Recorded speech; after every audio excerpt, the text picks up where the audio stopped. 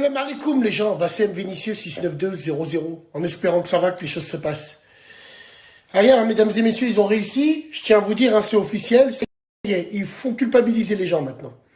Culpabiliser les gens sur plein de choses. Donc comme on le savait, on l'a dit il y a au moins 4-5 mois, vous vous rappelez quand on disait à la radio, t'as pas de vaccin, tu manges pas. T'as pas de vaccin, tu travailles pas. T'as pas de vaccin, tu voyages pas, ainsi de suite. Mais qu'est-ce qu'il dit? Il a 40 ans, il a bien tué ses parents.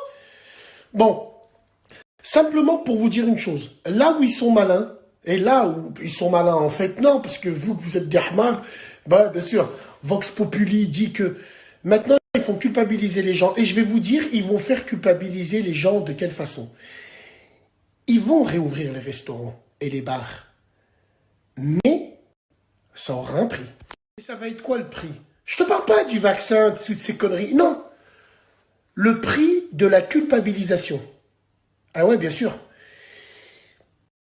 Je pense qu'il va y avoir carrément des restaurateurs et des barman qui vont être un peu complices.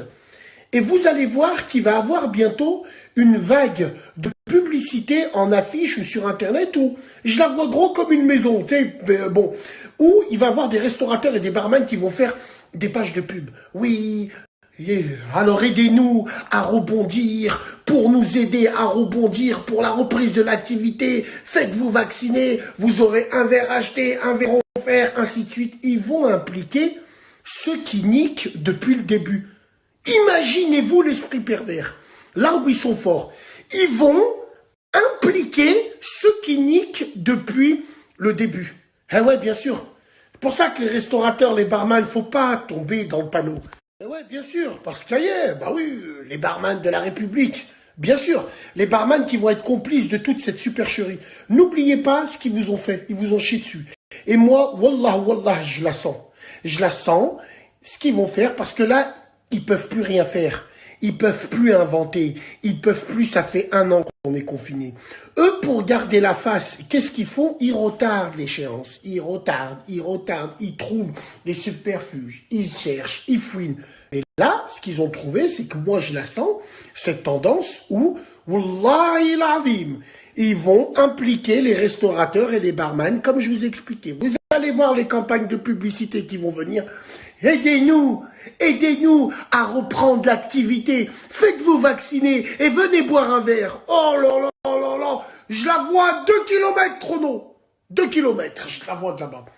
Il y aura des restaurateurs qui n'auront pas le choix. Ils vont jouer le jeu parce que ils ont pas le choix, même si on a toujours le choix. C'est là où moi je pense que il faut avoir cet esprit de résistance en disant aux barman, aux restaurateurs, mais si on pouvait manger chez vous, venir vous soutenir, boire des verres, boire des cafés, même à l'extérieur, on le fait. Mais ça, même ça, ils veulent pas.